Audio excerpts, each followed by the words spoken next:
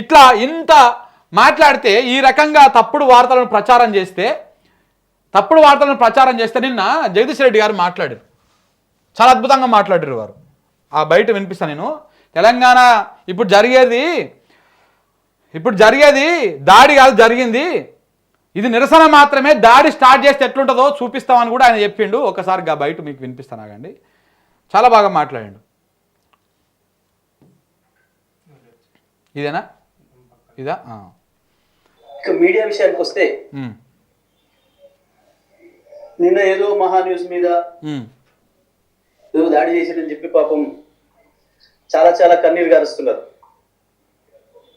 చంద్రబాబు నాయుడు గారు, వారి మంత్రివర్గ సహచరులు, ఇక్కడ వారి శిష్యులు, వారి శిష్యత్వం మంత్రివర్గ సహచరులు. కానీ మేము ఒకటి చాలా స్పష్టంగా చెప్పదలుచుకున్నాం,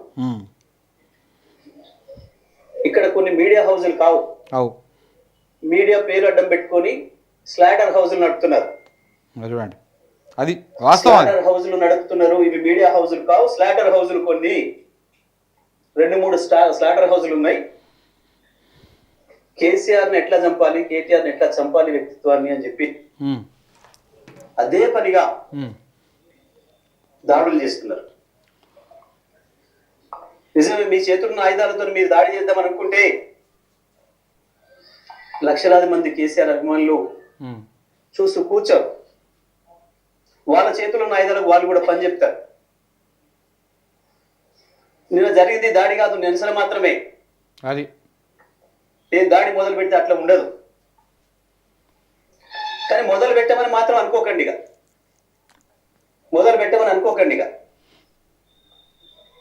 మా సహనానికి కూడా పరీక్ష అయిపోయింది. Right, exactly. తెలంగాణ కోరుకునేది కూడా ఇదే. ఎవడైతే తప్పుడు ప్రచారాలు చేస్తూ ఉన్నారో ఇలా శాటిలైట్ మీడియా ఛానల్ మీరు ప్రధానంగా, ఎందుకంటే మేము శాటిలైట్, మాకు ఎవడు అడ్డు లేదు అదుపు లేదు. ఇప్పుడు జర్నలిస్ట్ శంకర్ ఆఫీస్ అనుకో, తక్కువ 10 మంది పోలీసులను పంపించచ్చు, ఉన్నాయని ఎత్తుకొని పోవచ్చు, కేసు పెట్టవచ్చు, ఏదైనా గట్టిగా ఒక వార్త చెప్పంగానే నోటీసులు పంపించచ్చు, లేకపోతే ఇంకొక వీడియోలు రిలీజ్ చేయొచ్చు, ఇంకొక కుట్ర చేయొచ్చు. అదే శాటిలైట్ ఛానల్ అనుకో, వాడిని ఎవడు పీకెటెడ్ ఉండడు, వాడికి అడ్డు లేదు అదుపు లేదు, ఇష్టం వచ్చేది రాసుకోవచ్చు. ఏమనంటే మాకు సోర్స్ ఉందనొచ్చు, ఏమన్నా అసలు అడిగేటోడే వాడు శాటిలైట్ ఛానల్ని. ఎన్టీవీ తప్పుడు వార్త రాసింది, దాన్ని అడిగే దమ్మే అనుకని ఉంటుందా? ఉండదు.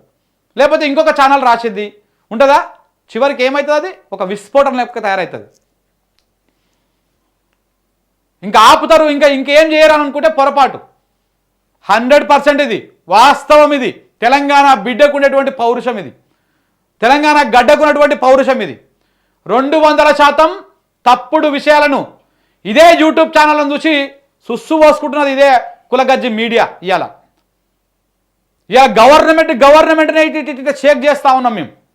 అంటే ఏంటిది అర్థం? ఇన్ని మీడియా ఛానళ్ళను పెట్టుకొని కూడా రేవంత్ రెడ్డి వాస్తవాలను దాచలేకపోతా ఉన్నాడు. ఎన్ని తప్పుడు ప్రచారాలు చేసినా కానీ ఆ వాస్తవాలను తెలంగాణ సమాజం ముందు ఇగో మాలాంటి ఛానళ్ళు బొచ్చడి చెప్తా ఉన్నాయి. ఇలా ఒక్కరిని అరెస్ట్ చేసో, ఒక్కరిని గొంతు మూపించో, ఒక్క శంకర్ గొంతు మూపిస్తే 100 మంది శంకర్లు, 100 మంది జర్నలిస్టులు, తెలంగాణ జర్నలిస్టులు బయట ఆల్రెడీ రెడీగా ఉన్నారు. అప్పుడు నాడు తెలంగాణ ప్రభుత్వానికి వ్యతిరేకంగా కొంత వీళ్ళ ట్రాప్లో పడి తప్పుడు ప్రచారాలు చేసేటువంటి సోదరులు సోదరీమణులు కూడా ఇవాళ తెలంగాణ గొంతుకలై వాళ్ళ వాయిస్ వినిపిస్తూ ఉన్నారు. కాబట్టి మీరు అనుకుంటున్నట్టు అంత ఈజీగా ఏముండదు. రేవంత్ రెడ్డి గారు, ఈ సోకాల్డ్ బ్యాచ్, మీ కులగజ్జి మీడియా భాగవతం మొత్తం బయట పడతా ఉన్నది, బయట పడబోతా ఉన్నది ఇంకా రేపు రాష్ట్రంలో.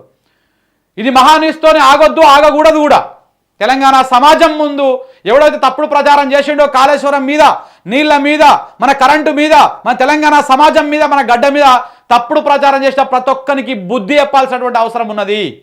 బుద్ధి అంటే దాడి ఒక్కటే కాదు, ఎన్నో రకాలుగా నిరసన వ్యక్తం చేయొచ్చు, వాళ్ళని బైకాట్ చేయొచ్చు. ఆ లోగో అనపడంగా వెళ్ళిపో అవసరం లేదు, మీది ఒక సామాజిక వర్గం, ఒక కులగజ్జి మీడియా, మీరు వెళ్ళిపోండి అని చెప్పేసి పంపించండి తెలంగాణ వాదులారా. మొన్న నిరుద్యోగులు ఆందోళన చేసిరు గణపవన ఇందిరా పార్క్ దగ్గర. మహాన్యూస్ వచ్చిందా? రాలే. టీవీ5 వచ్చిందా? రాలే. ఏబిఎన్ వచ్చిందా? రాలే. ఈటీవీ వచ్చిందా? రాలే. ఎన్టీవీ వచ్చిందా? రాలే. వచ్చినాయా? రావు. ఎందుకు వస్తాయి? అవన్నీ అవి రాలేదు. మళ్ళా గవే తెలంగాణ వాయిస్, తెలంగాణ ఆత్మ ఉన్నటువంటి యూట్యూబ్ ఛానళ్ళు వచ్చినాయి, వాళ్ళ వాయిస్ వినిపించినాయి. ఇక ఇందులో తెలంగాణ ఛానళ్ళ ముసుగులో ఉన్నటువంటి వాళ్ళు కూడా కొంతమంది ఉన్నారు. తీన్మార్ మల్లిగాడు వాడు తెలంగాణ బ్రీడ్ కాదు, గుర్తుపెట్టుకోండి. కేసీఆర్ గవర్నమెంట్లో ఉన్న రోజులు చంద్రబాబు నాయుడు ఇచ్చేటువంటి చెక్కులు తీసుకొని వ్యవస్థ నడిపించిండు. ఇప్పుడేమో ఇక రకరకాల వ్యవహారాలు చేస్తూ ఉన్నాడు. వాని భాగవతం అంతా కూడా నేను ఇప్పుతా ఇంతకు నా నా నా ఇష్యూ వచ్చిన తర్వాత. ఇంకొక ఛానల్ ఉన్నది, ఇక ఆ ఛానల్ పేరు చెప్పడం కూడా నాకు ఇష్టం లేదు. వాడు ఇంకా డేంజర్, చాలా వాడు ఇంకా డేంజరు. రేపు ఏ మాత్రం అవకాశం వచ్చినా బిడ్డ గుర్తుపెట్టుకోండి, అక్కడి నుంచే స్టార్ట్ అవుతుంది అన్నీ. ముందు మన ఇంటోళ్ళని సక్క చేసుకుందాం. తెలంగాణలో ఉండి తెలంగాణ ప్రయోజనాల కోసం కాకుండా తెలంగాణ మీద విషం నింపుతున్నటువంటి యూట్యూబ్ ఛానళ్ళని ముందు వాళ్ళ తోకలు కత్తిరించి వాళ్ళకు బుద్ధి చెప్పి మన వాళ్ళుగా, అరే ఇది తెలంగాణ రా, ఇది మన గడ్డ, ఇది కథ, ఇది మన ప్రయోజనము, కాళేశ్వరం మీద నువ్వు విషం జిమ్మకరా, నీకు కొస తెలియదు మొదలు తెలియదు, పీకిస్తే ఎంటిక ఏడంగుంది ఏడంగుందని తెలియదు నీకు. సో కాబట్టి ఇవన్నీ కొంచెం వాళ్ళకి చెప్పాలి అర్థమయ్యేటట్టు. చెప్పినాక కూడా మారకపోతే వానికి బుద్ధి చెప్పాలి. ముందు మన బ్యాచ్ ఈ మల్లిగాడు వాని తోకలు ఈకలు కొన్ని ఉన్నాయి, ఈ అన్నిటిని కొంత సెటరేట్ చేయాల్సినటువంటి అవసరం ఉంది. తెలంగాణ సమాజం అవసరం ఉంది. మహాన్యూస్కు ఏ రకంగా అయితే నిరసన వ్యక్తం చేసినామో ఆ రకంగానే కొన్ని ఛానళ్లకు మనం నిరసన వ్యక్తం చేస్తే అప్పుడు అర్థమవుతుంది. ఇక కొంతమంది చెప్తా ఉన్నారు ఏమని, ఇక వీళ్ళ మీద కూడా దాడి చేస్తాం మేము అని చెప్పేసి మా కొన్ని ఫోటోలు వేసుకున్నారు. కొన్ని ఫోటోలు వేసి సిగ్నల్ టీవీ అంట, నాదంట, మిగతా ఛానళ్ళు కొన్ని చిల్కా ప్రవీణ్ మిగతా అందరు ఫోటోలు ఉన్నటువంటి ఫ్రేమ్లు వేసి చేయరు దాడి. ఏం చేస్తారా భయ్, గింతకంటే ఎక్కువ చేస్తారా? ఇంకా ఎన్ని చేస్తారు?